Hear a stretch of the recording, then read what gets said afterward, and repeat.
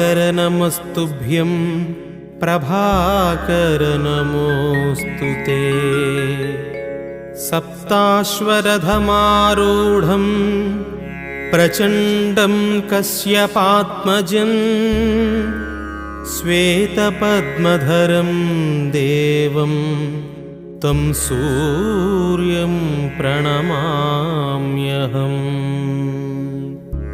लोहितं रथमारूढं सर्वलोकपितामहं महापापहरं देवं तं सूर्यं प्रणमाम्यहम्।